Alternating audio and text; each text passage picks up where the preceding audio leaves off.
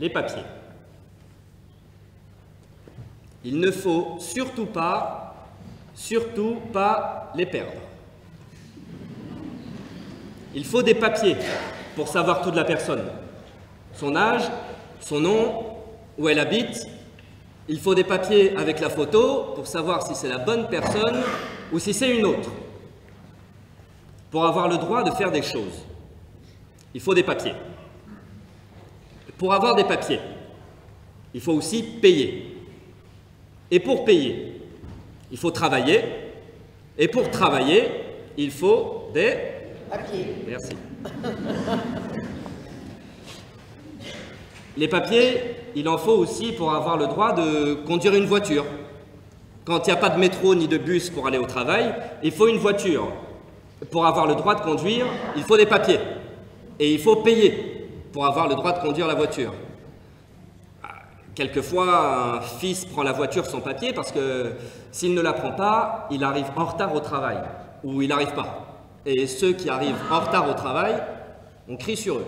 Alors ils essayent d'arriver à l'heure, mais ils n'y arrivent pas. Si tu n'as plus de travail, tu n'as plus d'argent. Il y a des papiers qui sont mauvais et il y a des papiers qui sont bons. Les papiers qui sont mauvais, ce sont les papiers pas beaux, les papiers sans signature, les papiers sans formule de politesse. Ce sont les papiers qui disent que tu n'as pas le droit de faire ci et de faire ça. Ce sont les papiers qui retirent quelque chose. Ces papiers-là retirent l'argent, le travail, le droit. Ce sont les papiers qui punissent.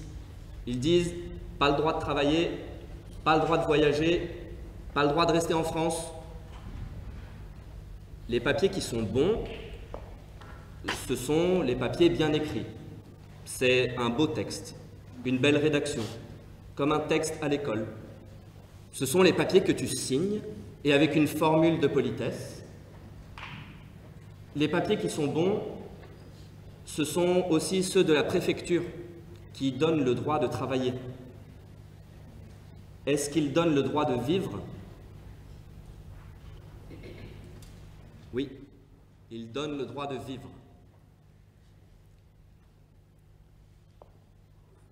Moi, j'aimerais être plus tard policier.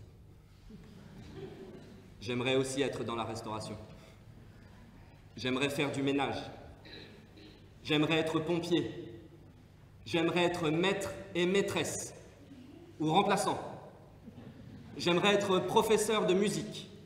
J'aimerais être professeur d'art plastique. Ce sont des gens que j'aime bien. Je voudrais être comme eux et bien faire comme eux.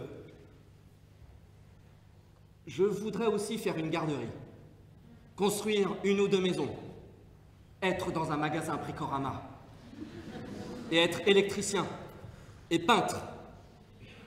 Je voudrais aussi être pilote, agent de sécurité et journaliste.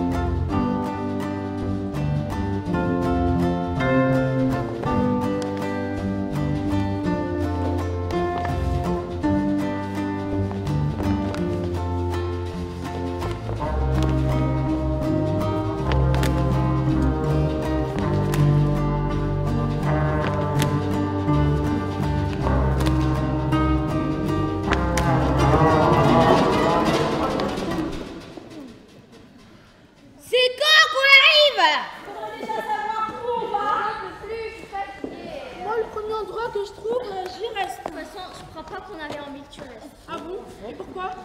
On n'est pas pareil. On peut pas rester ensemble encore plus longtemps. Tu veux dire que je suis plus intelligente? Prends pas tes désirs pour la réalité. Débile. Sale noir.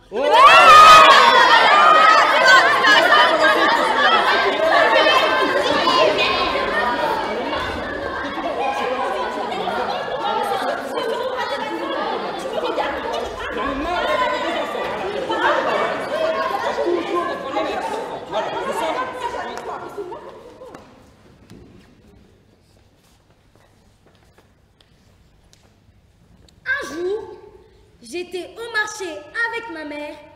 Un homme nous fixait et nous a dit « Sale noir ».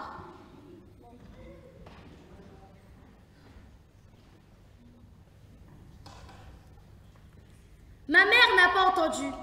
Ma mère, ça ne la touche pas. Mais moi, depuis ce jour, au fond de mon cœur, je m'énerve quand on me regarde comme ça. Je ressens ce regard comme s'il me disait encore sale noir. J'avais une amie, ses parents ne voulaient pas qu'elle joue avec des noirs parce qu'ils pensaient que les noirs faisaient des histoires, s'insultaient entre eux, allaient se pousser dans les escaliers.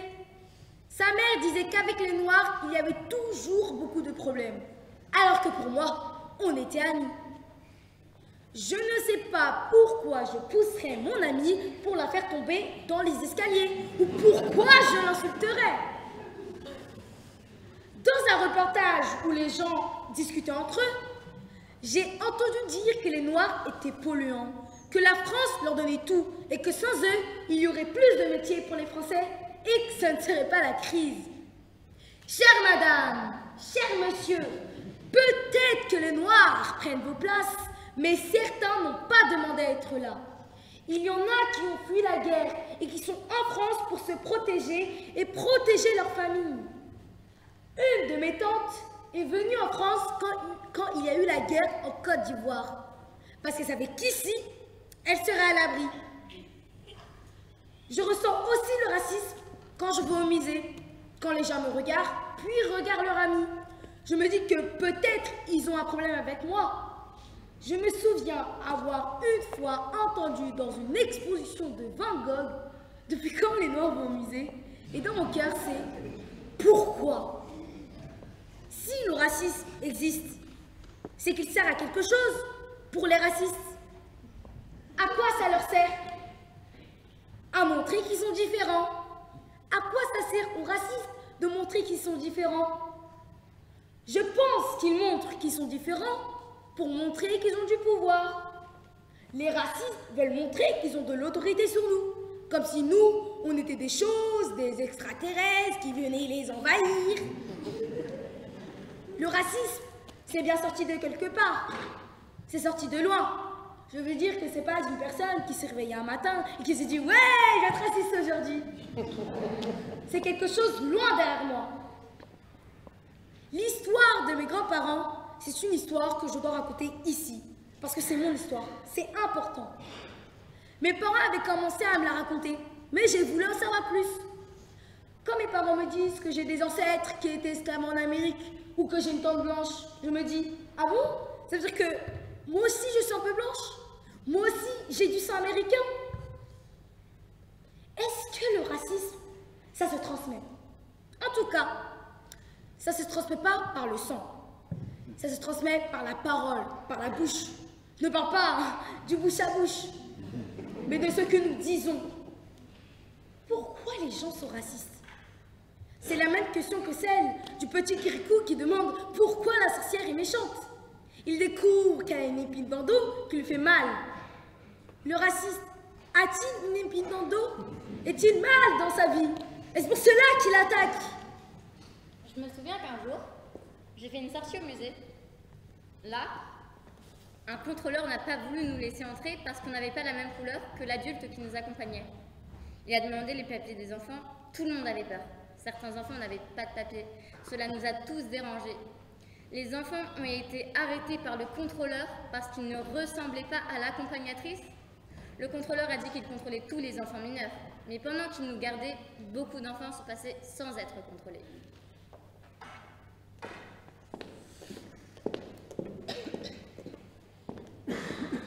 Le racisme.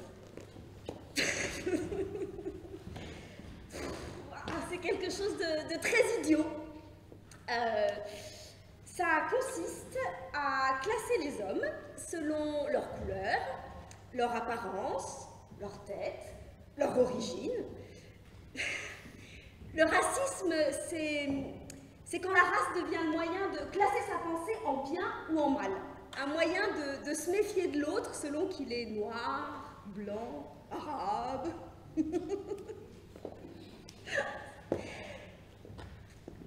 L'homme, c'est une même espèce.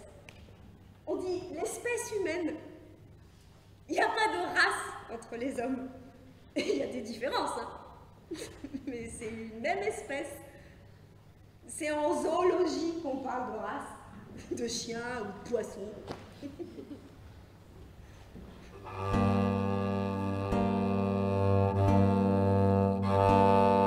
Si on voit une femme avec une mini-jupe et un haut court, on peut se dire c'est une prostituée. Mais peut-être vient-elle de la piscine ou du sport? Si on voit un homme avec une barbe sale, négligée, on peut penser que c'est un SDF. Mais peut-être est-ce un homme d'affaires fatigué? On croise des gens bien habillés et on se dit Tiens, des bourgeois, des riches. alors qu'ils ne reviennent que d'une réunion de travail. 3 jeunes filles noires qui parlent fort sont peut-être des racailles. 3 jeunes filles blanches qui parlent fort sont peut-être des filles qui discutent. Un jour, j'ai entendu dans le bus quelqu'un parler avec l'accent africain à un monsieur noir qui ne comprenait rien à ce que l'autre lui disait. C'était gênant. Cela mettait tout le monde mal à l'aise. Et le monsieur noir lui a dit Pouvez-vous me parler en français, s'il vous plaît? tout le monde a ri.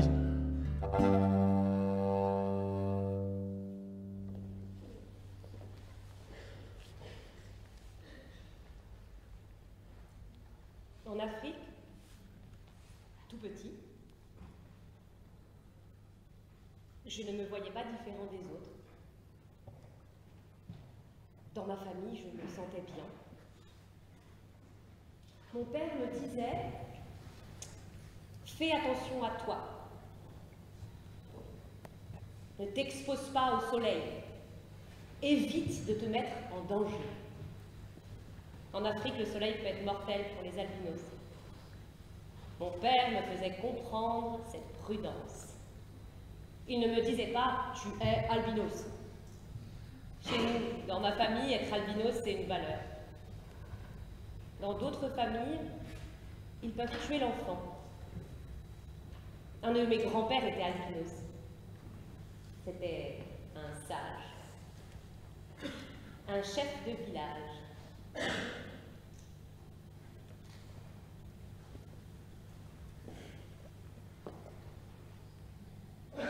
Le mot albinos vient du latin albus, adjectif qui désigne le blanc de l'aube qui précède le lever du jour. C'est à l'aube que les troubadours du Moyen-Âge chantaient l'aubade à l'être aimé, en attendant que vienne avec le soir l'heure de la sérénade. L'albinisme est l'absence de mélanine dans la peau. Les scientifiques parlent d'anomalies génétiques, de maladies, je cite. L'albinisme regroupe un ensemble de maladies génétiques caractérisées par la diminution de la pigmentation des yeux, de la peau, des cheveux et des fanères. Fin de la citation. Tout couple, sur tous les continents, peut avoir un enfant albinos si cette anomalie génétique existe en lui. Dans certains pays, les albinos sont rejetés. Dans d'autres, des sorciers font croire que les albinos ont un pouvoir spécial. Mais quand on a un soi-disant pouvoir spécial, les choses se compliquent. En 2008, les albinos du Burundi, terrorisés, ont demandé à être protégés parce que certains avaient été tués ou amputés et leurs membres vendus à des sorciers de Tanzanie. On tue, on ampute des albinos pour devenir riche, pour remporter des élections, pour faire une belle pêche. Aujourd'hui, en 2009, dans certains pays d'Afrique, les albinos sont regroupés pour être mieux protégés contre ces crimes. Du coup, ils sont vivants. Vivants, oui. mais séparés des autres. Souvent en Afrique, les albinos sont traités de petits blancs dès l'école primaire. Vers 8-9 ans, en CM2, les enfants blaguent gentiment en disant « petit blanc, petit blanc ». Tout le monde est habitué. C'est plus tard, en sortant de mon pays, que j'ai senti les regards. Le pire pour moi, ce fut mon arrivée en France vers 9-10 ans, dans une autre famille. J'ai dû quitter ma famille pour venir en France seule. C'est là que j'ai compris que je n'étais pas comme les autres. C'était dur. C'était autre chose. Les autres me renvoyaient ma couleur blanche comme un problème. À l'école, j'étais appelée le noir-blanc, le caméléon des humains, ou pire encore, Cookie, à cause des taches. Pour ne pas avoir trop mal, je riais en répondant « Et toi, t'es un gâteau au chocolat ?» Toute l'énergie que je mettais en place pour surtout ne pas montrer que ça faisait mal. Mais à force, ça me blessait terriblement. Le silence que je m'imposais me faisait une très grande violence. Sur le moment, j'étais jeune. Je ne me prenais pas la tête. Je voulais tellement ressembler aux autres que je faisais comme les autres. Bêtises y compris. Je me sentais seule. Souvent, je pensais, si j'avais eu une baguette magique, j'aurais choisi blanc ou noir, mais pas au milieu. J'avais un rêve. Je voulais être joueur de football. Dans les clubs où je jouais, je m'entraînais autant et même plus que les autres. Mais les coachs ne me faisaient pas jouer. Pourtant, quand j'entrais sur le terrain, je prouvais que j'étais bon. Je marquais des buts. Parfois, je sauvais mon équipe de la catastrophe. Pendant les tests, je jouais mieux que les autres et ça se voyait. Mais eux étaient pris et pas moi. Ça me mettait en rage. Ils ont brisé mes rêves. J'ai tout arrêté. J'ai arrêté d'y croire. Désespoir. Peut-être qu'aujourd'hui, avec la victoire d'Obama, les choses seraient différentes pour moi. J'ai fait un rêve, disait Martin Luther King.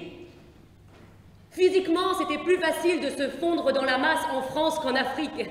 Ici, parfois, je me disais italien, suisse, belge. Si j'avais été noir ou blanc, j'aurais pu aller loin, fondu dans la masse. J'aurais pu jouer comme les autres. Aujourd'hui, je me demande ce que je serais devenue si je n'avais pas été albinos. L'albinisme a eu beaucoup d'influence sur mon histoire. Au début, ça me paraissait négatif. Aujourd'hui, avec le recul, je me dis que l'influence a peut-être été plus positive que je ne le pensais au début. Quand on a des problèmes pendant l'enfance, si on résiste, si on ne cède pas au désespoir, on se forge un caractère. Mais ça dépend aussi de la famille qui nous élève, du soutien qu'on rencontre. Le mot albinos a la même racine que le mot aube. L'aube, c'est le moment où on passe de la nuit au jour, comme une naissance. La nuit, tout est noir et sombre, tout est terrible. À l'aube, on commence à voir, à comprendre. L'albinos est entre le noir et le blanc, entre la nuit et le jour. En fait, l'albinos n'est pas noir, il n'est pas blanc, ni malade, ni le résultat d'une anomalie. On ne demande pas à naître albinos, ni noir, ni blanc d'ailleurs, ni homme, ni femme, ni grand, ni petit. On est comme on est. Anomalie, maladie, handicap.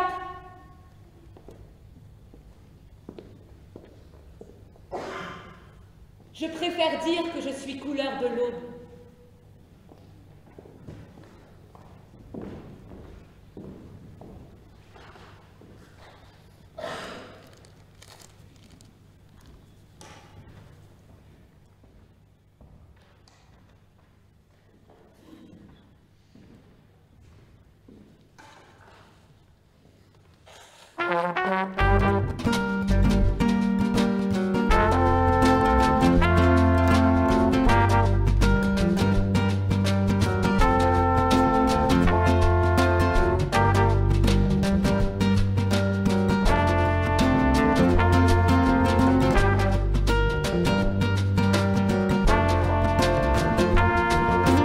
abandonné dans un désert. Moi je voulais rejoindre mes frères et repousser toutes les frontières, escalader toutes les barrières, ôter les étoiles de la bannière qui me séparait de ceux que j'aime.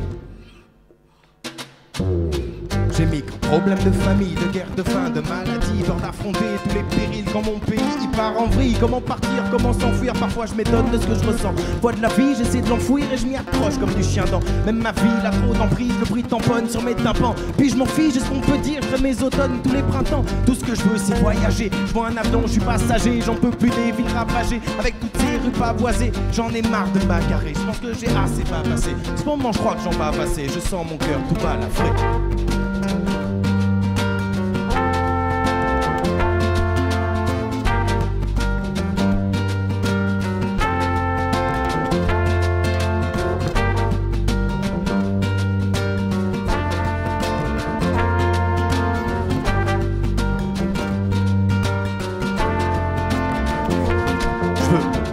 Pour mes pattes mais si seulement je savais voler, j'irais planer tout ce que je pourrais. L'apaisement de ma pensée qui me clame et que j'étouffe et qui répand me demande et si voyager tous les étés pourrait suspendre mon passé.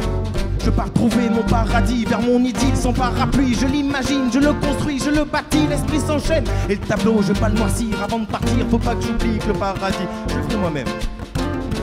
J'ai plus besoin de m'endormir, je passe toutes mes journées à rêver. Je vise le ciel au lance-torpille pour qu'il se mette enfin à neiger.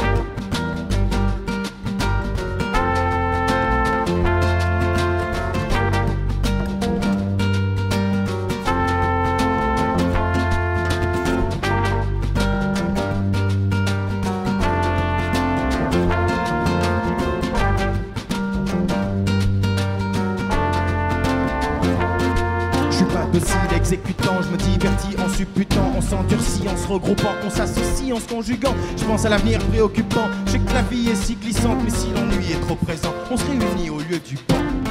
Comme nous parlons, nous faisons le monde. C'est notre intime que nous offrons pour les histoires que nous inventons. Nous on s'inspire l'objet qui comble. Pommes de renette et pommes d'appui, je tapote le rythme sur ma cuisse. Sur moi la nuit a trop d'emprise. Je peux pas vivre sans la musique. L'instinct de tout le règne animal ou la pensée des hommes sages. Moi j'en veux toujours davantage. On est fiancés par le langage. Si ce était nos amis, le bonheur l'était en famille. Je veux dessécher mon cœur à rythme. Je voyagerai jusqu'à Madrid. Je tout quitté, je devais partir. Je suis immigré depuis tout petit. Je peux glisser, c'est ce qu'on m'a dit. De l'ouvrier au terroriste de ces discours. Je m'abstenir, porter secours, pas m'avilir. Pourtant beaucoup de gens peuvent dire je ne vois pas pourquoi accueillir. Je sais que partout où j'irai faudra me faire régulariser. On dira jamais assez, il faut pas perdre les petits papiers. Toute cette paperasse dérisoire, tous ces regards qui disent sale noir, toutes ces bagarres de territoire. Sera donc ça la grande histoire, l'humanité est provisoire. Je dois implorer pour me mouvoir, formalité inadéquate. Je me demanderai toujours pourquoi je peux accroupir dans le vestibule, la tête remplie d'incertitude. De voir partir, j'ai l'habitude, parce qu'on s'ennuie dans sa petite bulle. Je veux devenir un mélomane, faire partie du patrimoine, je vais sentir les mythomanes.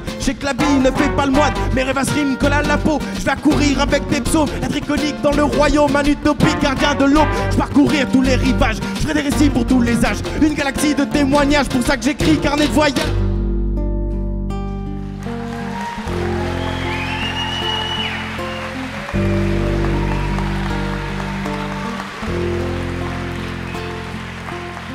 Plus aucune bombe.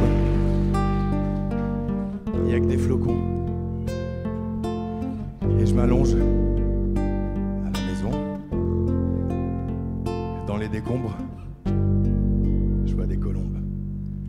Dans un lieu pour habiter le monde. Je veux parler. Je ne sais pas de quoi. Mais je sais que je veux parler. Je veux parler aux gens qui sont là. Je veux parler d'un sujet d'actualité d'aujourd'hui. Je sais que je veux parler aux gens qui sont là.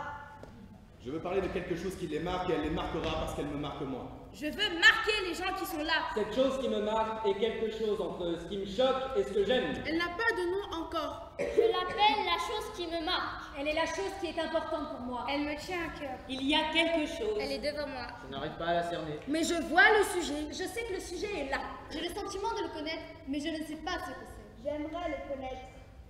C'est quelque chose qui fait quelque chose aux gens.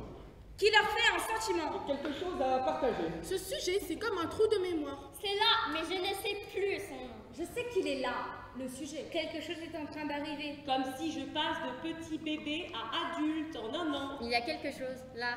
Mais je ne sais pas comment elle va évoluer. Et je ne sais pas comment la nommer. Comme si je donnais un cadeau aux gens. Un cadeau qui fait de l'émotion. Ce que je veux vous donner, c'est... Le trouble de l'adolescence.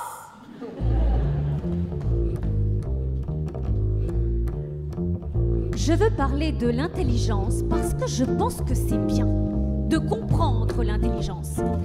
L'intelligence, c'est s'autoriser à réfléchir. L'intelligence aide à l'école. Intelligence, Mamadou H, 8 ans, 2010. Quand on est intelligent, on peut se tromper parfois.